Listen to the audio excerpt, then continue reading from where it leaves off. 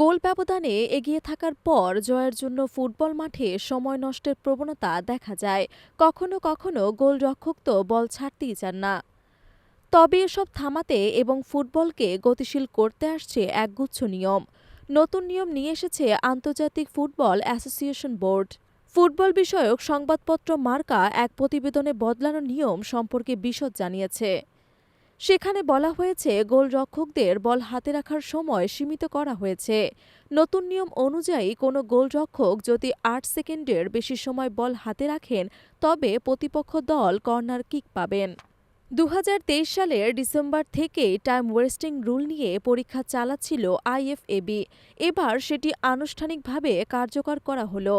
নতুন মৌসুম থেকে এই নিয়ম মাঠে দেখা যাবে। এই নিয়ম আগামী ১৪ জুন থেকে কার্যকর হবে। আইএফএবির আরও একটি নতুন নিয়ম হল মাঠের যে কোনো বিশেষ পরিস্থিতিতে শুধুমাত্র অধিনায়কই রেফারির সঙ্গে যোগাযোগ করতে পারবেন। অন্য কোনো খেলোয়াড় সরাসরি রেফারির সঙ্গে কথা বলতে পারবেন না। ফলে বিতর্কের সুযোগ কমবে এবং শৃঙ্খলা বজায় থাকবে। তাছাড়া নতুন নিয়ম অনুসারে কোনো কারণে খেলা থেমে গেলে বল ড্রপিংয়ের সময় সর্বশেষ যে দল বল নিয়ন্ত্রণ করেছিল তারাই পাবে বল। আর মাঠের বাইরে থাকা কোনো খেলোয়াড় বা স্টাফ যদি বল স্পর্শ করেন তবে প্রতিপক্ষ দল একটি ফ্রি কিক পাবে।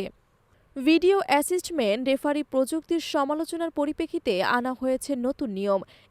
এখন থেকে ভিএআর ব্যবহারের মাধ্যমে কোনো গুরুত্বপূর্ণ সিদ্ধান্ত নিতে গেলে মাঠে সেটির ব্যাখ্যা দিতে পারবেন রেফারি, যা আগে দিতে বাধ্য থাকতেন না।